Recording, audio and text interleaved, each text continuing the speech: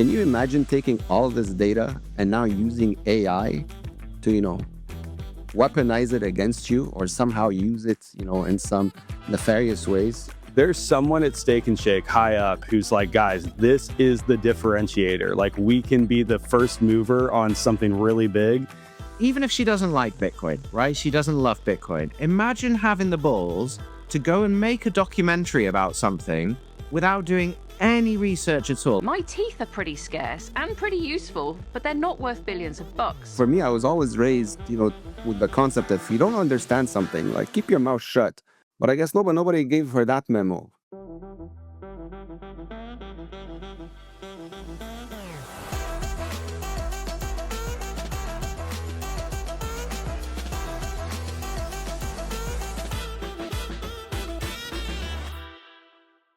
Hey everyone, welcome to another episode of Bitcoin Banter. I have Rick and Tony with me. Gentlemen, let's jump right into the news.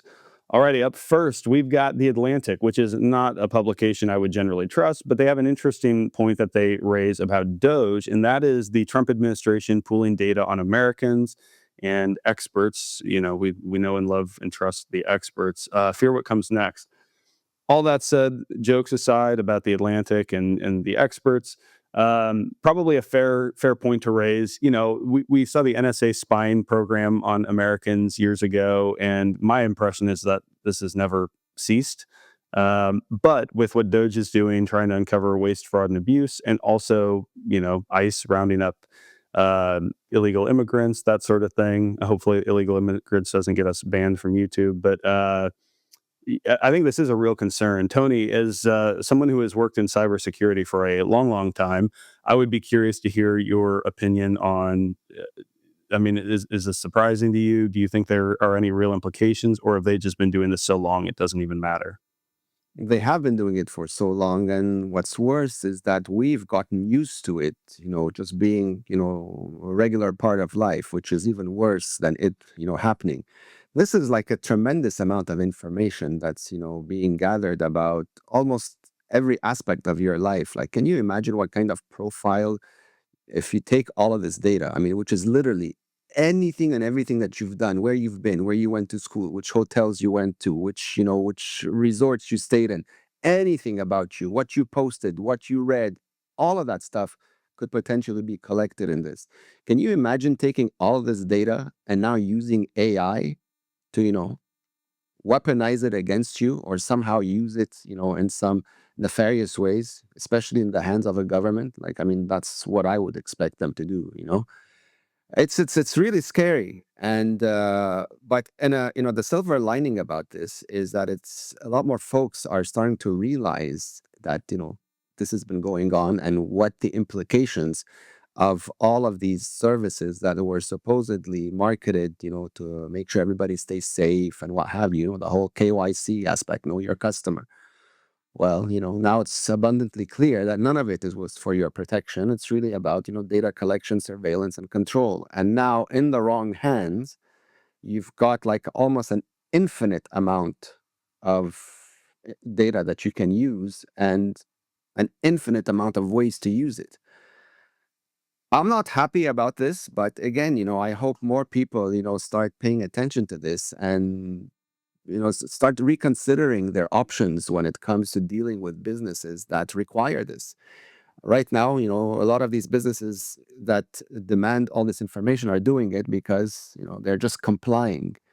But, if you have a big enough movement that rejects this because for the greater good, then, maybe at some point we start putting an end to it and finding alternative ways, more intelligent ways to remain safe, but without violating every aspect of every individual's life, right?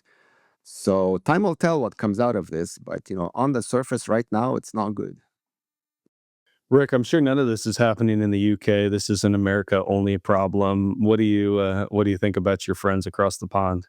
Yeah, well, thanks for introducing me to The Atlantic. I hadn't read that before. I got about 3 paragraphs in before I realized, oh, this is some left-wing rag, right? Because what I found most interesting about the article is, they're trying to put a spin on it, right? And they obviously hate Trump. They obviously hate Elon for, I'm sure, many reasons. So they're trying to position this as like, everything was fine, but now Elon's here and he's going to pool it all together, and that's a problem. Well, I agree with them. Pooling all the data into one centralized place is a problem, and that is dangerous and it is risky. But what you've got to do is you've got to see through all the bullshit in their article and realize that this isn't a Trump problem or an Elon problem. They may well make it worse, right? Like Elon pooling it all together might make the problem worse. But what people need to recognize, like Tony's been saying, is that this has been going on for a long, long time. It's not just suddenly a problem now that Elon's there. This has been a problem for decades. And if you want to get a sense of where we might end up in the future, just look at China. They have technology that actually can record the gait of how you walk, right? So that the camera can recognize you from how you walk. Like, how crazy is that? So we are heading into this panopticon, but it's not necessarily Elon that's brought us there. We were always on that road. And look, I'm not trying to defend Elon either, because Elon, I'm sure, is smart enough to fully understand the implications of what's going on here, this kind of crazy Orwellian future that we're building.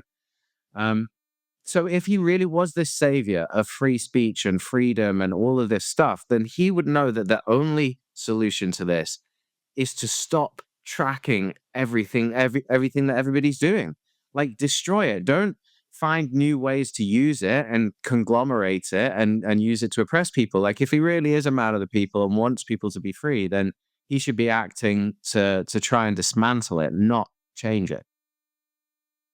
Yeah, I agree. I think the one place where I sympathize is my impression is we have a real migration crisis on our hands. I mean, the estimates range from 10 to 30 million people, and maybe it's just social media, but what I see happening in the UK in many places, there's a lot of anecdotal evidence that can be a big problem when you're not vetting who you're letting in. And that's not to say that there aren't bad Americans or bad citizens of the UK who aren't also doing things, but certainly we need to be more restrictive on that. At the same time, so I can empathize that there might need to be some work to be done, data collection that needs to be done to address like a particular problem. The problem with government is that's never where it stops, right? And it won't end there. Well, man, you don't need immigration. The UK has quite a sizable navy, right? And people are coming across the water on these little boats and getting into the country. You don't need a mass surveillance ID system. You just need to put a couple of boats in the water that tells people, no, you can't come in if you're not from here. Yeah, So, no. yeah, Stop. Yeah, no. Plugging the dam is pretty easy. It's the fact that we already have the problem that exists today. Like, what do we do about that? I don't know. I don't have a solution. But I think you could probably convince me that there's a lot of work in the background that needs to be done to identify those people. The problem is then you start spying on Americans pretty quickly. You get false positives. The whole thing is a mess. And Tony, I completely agree with all the points you raised. In the interest of time, hey, let's move on. This next one's pretty interesting. So, billionaire Tim Draper says that Bitcoin's going to hit 250K and replace the dollar in the next decade. So let's watch this video. I think that we will no longer have U.S. dollar dominance over the long period, but that's over a long period of time. A ballpark estimate of how, when Bitcoin will replace the U.S. dollar? 10 years, something like that. It may be a little less, because there will be a moment. I mean, the good news here is that banks can now hold your Bitcoin and your fiat currency. And so if you desperately, you're you see it on social media, hey, we got to get rid of our dollars, we got to buy Bitcoin. You can do it pretty quickly online, but you don't want to be, in line at the banks trying to get your dollars out to put them into Bitcoin when there is a transformation. I mean, I think stable coins are going to be a nice bridge to Bitcoin. But at some point, people are going to say, why are we, having governments? Whenever there's sort of trust in government, then great. Then, everybody feels like, hey, that's going to be great. We're going to use their currency. Everything's going to be fine. But that pendulum swings back and forth from trust to no trust to trust to no trust. And seemingly in both cases, with both parties in the US and all parties everywhere, government currencies create inflation. And that means, and if that inflation goes too high, it becomes self-fulfilling, it becomes hyperinflation, and then nobody wants your currency. So yeah, I think there will be a moment in time when there's less trust and there's a need for a global currency. There's a need for free trade everywhere. So this is a time, I mean, I think people should buy it now. Alrighty. So interesting stuff. We've got a lot of very smart people in the know who are recognizing the house of cards. And I'm curious, Tony, I bet I know your answer to this, but 10 years on one hand feels like an eternity away. On the other hand, to imagine the collapse of the dollar and Bitcoin replacing it also seems wild. What is your take? What sort of timeline are you thinking? This guy gets it, man. I wouldn't be surprised if it's 10 years or less because, as soon as there's a viable change and enough big players adopt it, that's it. It's game over. The copy paste effect usually happens very quickly afterwards. He's absolutely right. Like, why would you use anything else that still requires trust? Like that whole concept of trusting a third party form, especially with money, that's going to be, refined to people with mental illness at some point in the very near future because it just doesn't make any sense. We've been brainwashed to think that that's just the way it's supposed to work. But now that you've got a real alternative where you can see the difference between money that you can fully own, that doesn't require anyone's permission to use, and no one can threaten to take away from you, versus something else that was created to steal from you on a daily basis. It doesn't take, a genius to know which one they're going to pick. But it's such a novel concept that the majority of the world, still can't wrap their heads around it. They think it's either too good to be true or something is going to come along and like blow it up and ruin it for everyone. But, all that takes is a little bit of proof of work on your part is to study Bitcoin. This is not a fairy tale, internet money. This is real. And it's not going away and it's not going to go away. And a lot of intelligent people are finally understanding this. And so it was created for 8 billion people. But sadly, the 8 billion people are nowhere to be found. But that's going to change. Like I think 10 years, yeah, it's a fair take. I think it's less. Everybody's going to standardize on Bitcoin. I've been saying this forever because logically there's nothing else out there that makes sense now that something, trustless exists. It just doesn't make any sense to pick anything else. So yeah, 10 years, maybe less, hopefully less. Yeah, my concern has always been, when crisis hits, like real crisis, are people going to be accustomed to legacy tools like gold and silver? And like for a while, that's people are going to try that. But the more I think about it, the average person doesn't have gold and silver in self custody. Like they might have an IOU or something like that, but it's not like gold and silver are circulating in any meaningful way. And so I think it will become very evident. The more I think about it, the more convinced I am that it's going to be Bitcoin pretty quickly, because that's going to be the best option, much easier for people to get their hands on than gold or silver. Obviously, all of the risks and things that come with holding something like gold or silver, transporting it, salability across the globe. Rick, I would be curious to hear if you think this is a take that you're on board with, or optimistic, or what. Yeah, look, I try not to guess too much about the future, right? No one really knows exactly what's going to happen. All of us are just making educated guesses. I mean, I remember 5-6 years ago thinking, oh, everyone will be on Bitcoin, by now. And it still hasn't happened because, as logical as the steps are, like Tony says, for some reason, where is everybody? Right? It's been 16 years. Where is everyone? So that's quite surprising. So I'm not going to try and make any guesses. What I did notice about the video, though, that I think people should be a little bit careful of, is he starts talking about, you can go into the bank now, and the bank can hold your dollars, and the bank can also hold your Bitcoin, and it can swap. And then he went on to say, you don't want to be stood in line waiting for your dollars at the bank. And I'm thinking, well, yeah, you also don't want to be stood in line waiting for your Bitcoin at the bank, right? Because, the whole point here is that you don't need a bank, right? This is something that, you used to hear on Twitter constantly, be your own bank. And that kind of saying's almost like fallen out of the general sort of vocabulary that everybody uses. And he did touch on stablecoins a little bit there. And I think that's something interesting. I think if we want to see a Bitcoin standard very, very, very quickly, the way to achieve that is for people to use it as money and spend it and use it in the shops and use it for savings and just use it for everything. If you want to see the dollar extended and go on for longer, then that's what this whole store of value narrative is about. It's like, take it, park it somewhere, and then just keep using dollars and stable coins on the side. So that will elongate it. And that's a real tussle that's going on in Bitcoin. That's why I think it's hard to call which direction we're going to go in. I think the end result is always the same. But how long it takes, I guess, is how long it takes everyone to wake up, which I'm getting increasingly bearish on, unfortunately. Well, hey, I've got good news for you. So our next story, this Alex Leishman of River shared this, and he said that types of businesses onboarded to River in the last 2 days to stack Bitcoin for their corporate treasury. And he lists a bike shop, a fertility clinic, an IT consulting firm, a real estate firm, a manufacturer, legal services provider, and a food and beverage company.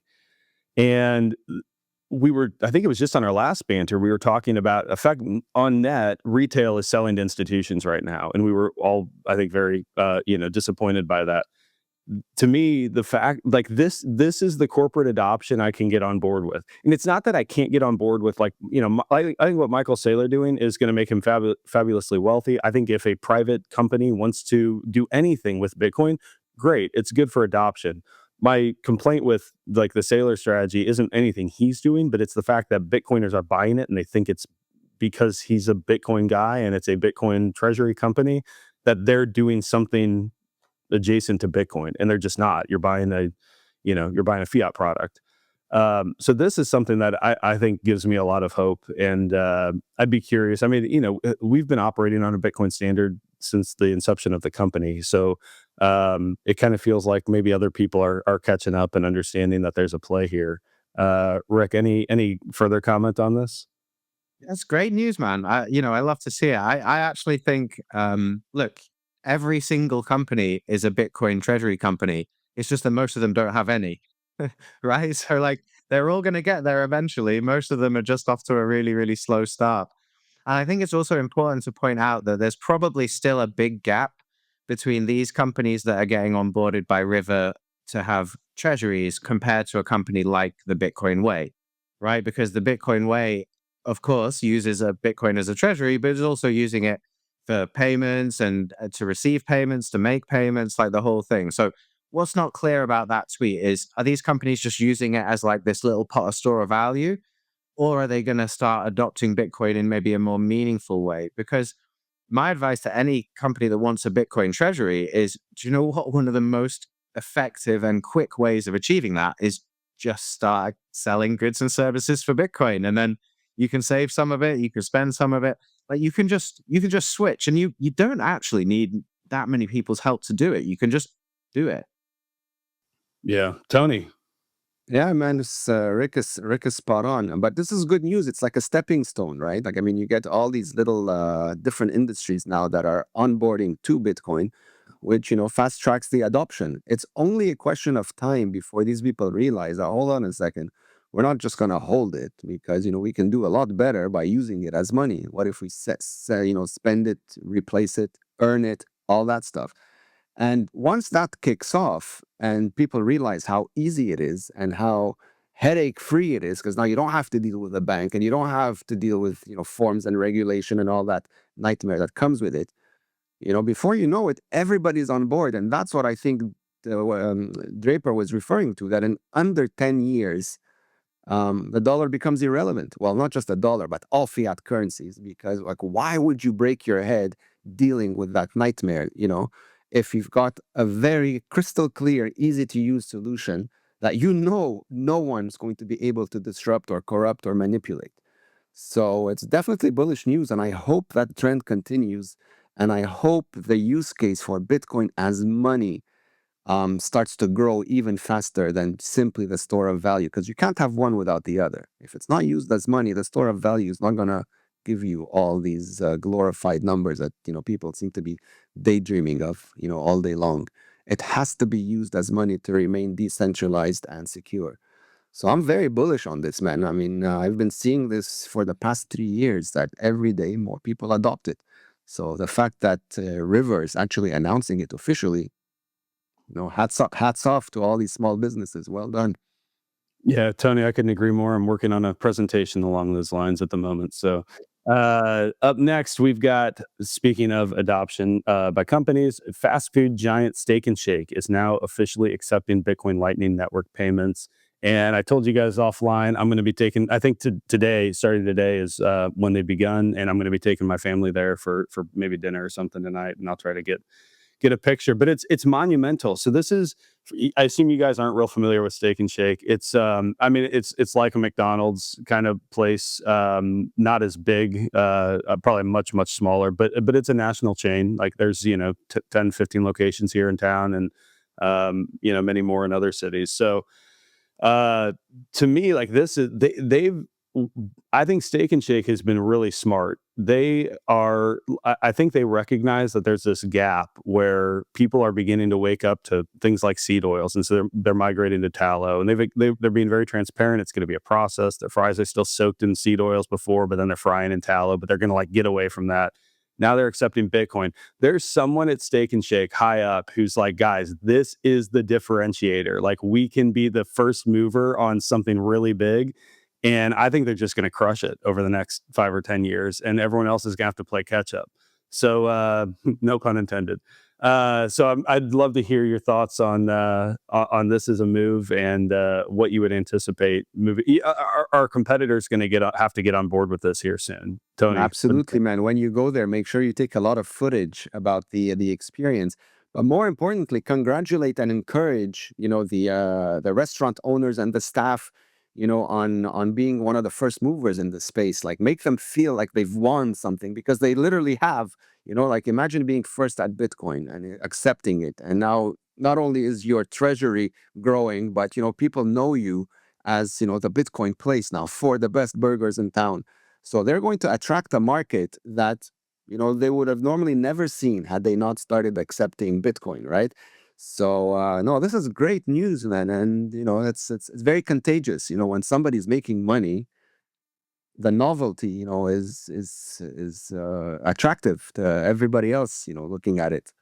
yeah. But back when I was 40 pounds heavier, I used to go to Steak and Shake a lot, and I've since cleaned things up a bit. So this will be my first time heading to Steak and Shake in a long while, and it's important to remember that Steak and Shake made this determination at corporate. And so, like, these franchise owners, probably, a handful of them are like, okay, cool, whatever, fine.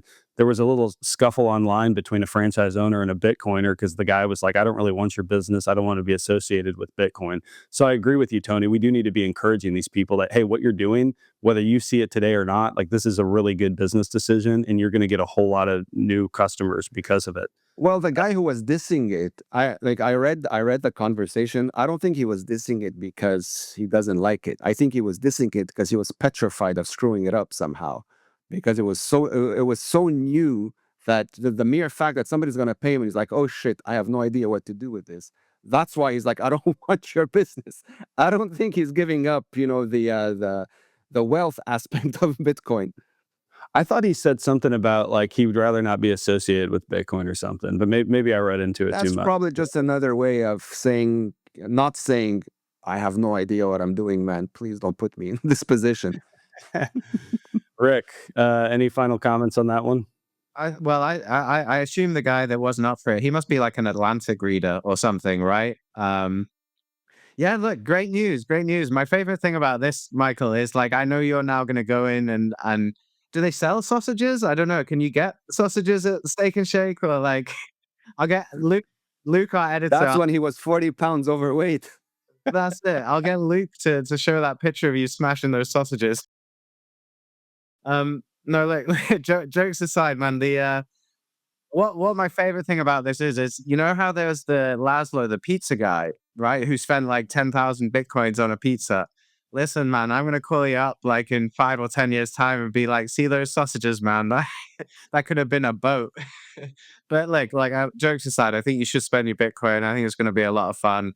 And man, the guy running that business has to be a Bitcoiner. He doesn't like seed oils and is accepting Bitcoin. He is 100% one of these little anon accounts on Twitter somewhere. So yeah, I hope you enjoy your dinner, man.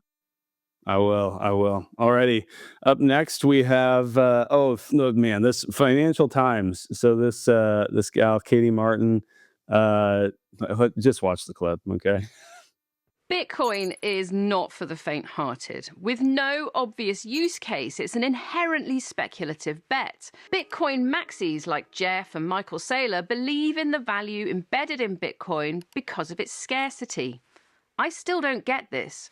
My teeth are pretty scarce and pretty useful, but they're not worth billions of bucks. Still, for the believers, there's just no plausible way for Bitcoin to crash. Are you comfortable with so much of your personal wealth tied up in this one thing? Yeah, absolutely. Now, I'm not going to sit here and tell you how strategy or Bitcoin are going to perform in the future. My track record here sucks, and I genuinely have no idea. But I would argue that no one else really truly has any idea either, which is why I get nervous for retail investors like Jeff. Studying Bitcoin. Oh man, these people, like, she literally did this like expose. I don't even know if it was a documentary or what. I haven't watched anything. But to dig in any meaningful way into Bitcoin and to come away with an analogy that your teeth are also scarce, like, guys, when is the tide gonna turn? Please, dear God, Rick. Man, I mean, so I tried to watch this and I genuinely couldn't get through it, right? I'm not saying that for a fact. It was so, you feel your IQ going down sharply as you're watching this documentary. What's astonishing is this woman's like lead financial markets columnist at the Financial Times. Think of that, right? This is the problem with these credentialized morons, right? Like, she hasn't learned anything about economics since the Tooth Fairy, clearly, right? Like, what is going on in her mind? You also have fingers. I have fewer fingers than I have teeth, right? So my fingers are scarce, right? Like, man, I don't even know where to start with this woman. But I was getting irate about this and telling my wife about it at length, which is a conversation I know she will have absolutely loved. But the thing that bugs me about it is that even if she doesn't like Bitcoin, right? She doesn't love Bitcoin. Imagine having the balls to go and make a documentary about something without doing any research at all, like not reading a single book, not reading even like a handful of articles, nothing. Just wades in there like a dumbass, starts asking dumbass questions, talking about her teeth. Like you have to be insanely stupid to be that confident when you know so little. It's miraculous. And the funny thing is, she talks about her track record on that video. So to add some context for people who haven't seen it, every year the Financial Times asks all their readers, right, and everyone who works there to like make some stock picks, and then at the end of the year they see who did best. Right? She came like 5th from bottom.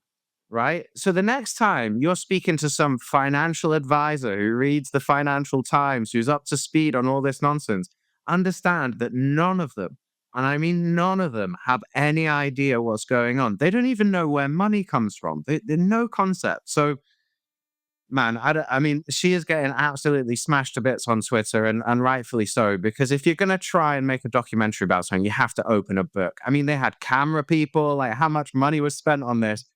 The laziness. I mean, yeah, look, I could go on for a while, so I'm going to just stop there, but she's a nutter. How to self-destruct in 3 minutes. There you go. She's she's the perfect example. It blows my mind how people, go up in public and make, such moronic comments like this. Like for me, I was always raised, with the concept that if you don't understand something, like keep your mouth shut, instead of like blabbing like a fool. But I guess nobody gave her that memo. But, these are financial advisors, man. I mean, my whole life, I've always ignored them and made fun of them. But here we are, over and over again. Sadly, I hope nobody listens to this clown anymore after this charade. But, we're still going to see this. I mean, she's not the last of her kind, that's for sure. And the worst part is, there's probably somebody who can beat her with such stupidity. It's just a matter of time before somebody records it and posts it so we can have another laugh. TikTok. It's absolutely crazy. I think people are starting to wake up to this, but unfortunately, the fact that the Financial Times still exists and puts out this kind of content means that somebody is reading it, and somebody in 10 years is going to be so pissed at her for using the teeth analogy, and they bought it. To be fair, they could probably stand to do a little bit of research. So anyway, hey, last one. We're not going to dive into this one, but for everyone listening, this was just a great tweet. Coinbase virtual assistant, was your issue resolved? No. Coinbase, thank you. Okay, so Coinbase sucks. I think most of us know that. We like to pick on Brian Armstrong and his army of assistants. Tony's got a video coming out, so keep an eye on that. It might come out even before this video, actually, but go to our YouTube channel and check that out. If you are listening, I really appreciate you being here. Do us a favor, subscribe to the channel if you're enjoying Bitcoin Banter or the podcasts. You can also go to the bitcoinway.com/podcast. We can help you take proper 100% self-custody of your Bitcoin. We cannot help with teeth, unfortunately. You've got to custody those without any assistance. Talk to your dentist. We also help with online privacy, setting up privacy phones. We have a Plan B residency option as well. So everything you need for your self-sovereignty needs. Again, it's the bitcoinway.com/podcast. Gents, as always, an absolute pleasure. Good to have a laugh with you. Easy to do in clown world. Likewise, guys. See you next time. Yeah, cheers, guys. Cheers.